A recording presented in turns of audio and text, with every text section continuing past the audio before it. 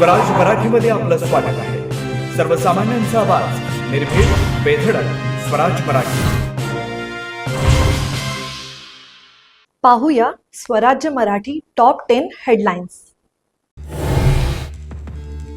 एकनाथ शिंदेंचं सरकार honey trap प्रकरणाच्या सीडीमुळेच आलं. काँग्रेसचे गटनेते विजय वडेट्टीवारांचा दावा, वेळ येईल तेव्हा तिकीट लावून सीडी दाखवू, वडेट्टीवारांचे वक्तव्य. राष्ट्रवादीच्या विलिनीकरणासाठी भाजपाला विचारावं लागेल, राष्ट्रवादीचे प्रदेशाध्यक्ष सुनील तटकरे यांचं वक्तव्य. मात्र राष्ट्रवादीच्या 2 गटांच्या विलिनीकरणाची चर्चा सुरू नसल्याचाही खुलासा. मोदी नसतील तर भाजपला लोकसभेच्या 150 जागा जिंकणंही कठीण, भाजप खासदार निशिकांत दुबेंचं वक्तव्य. मोदींची भाजपला नाही तर भाजपला मोदींची गरज, असंही स्पष्टीकरण.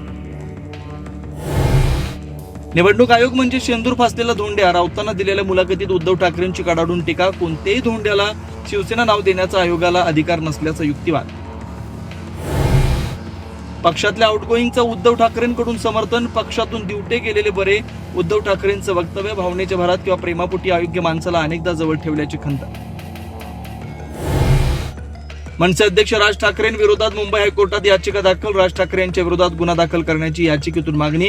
भाषेच्या मुद्द्यावरून अमराठी लोकांवर होणाऱ्या हल्ल्यासाठी जबाबदार असल्याचा आरोप.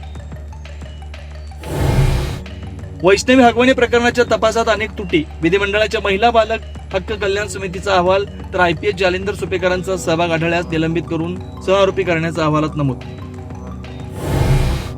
मुख्यमंत्री विधान भवनात धडधडीत खोटं बोलले, पोलीस कोठडीत मृत्यू झालेल्या सोमनाथ सूर्यवंशीच्या आईचा आरोप, शवविच्छेदनाचा रिपोर्ट खोटा आहे का, विजयाबाई सूर्यवंशींचा सवाल. कोल्हापुरातील रांगोळी ग्रामपंचायत सदस्य लखन बनाडेंची क्रूर हत्या, अपहरण करून बनाडे यांचे हातपाय आणि शिर धडा वेगळं, वारंवार पोलीस तक्रार करून त्रास दिल्याच्या रागातून 4 जणांचं कृत्य. रत्नागिरी, रायगड, सिंधुदुर्ग जिल्ह्याला आज मुसळधार पावसाचा इशारा, तर मुंबईसह ठाणे, पालघर भागात हलक्या ते मध्यम सरी बरसण्याची शक्यता. आता इथेच वेळ झाली थांबण्याची. भेटू पुढील अपडेट सोबत. चॅनलला लाईक करा, शेअर करा आणि सबस्क्राईब करा.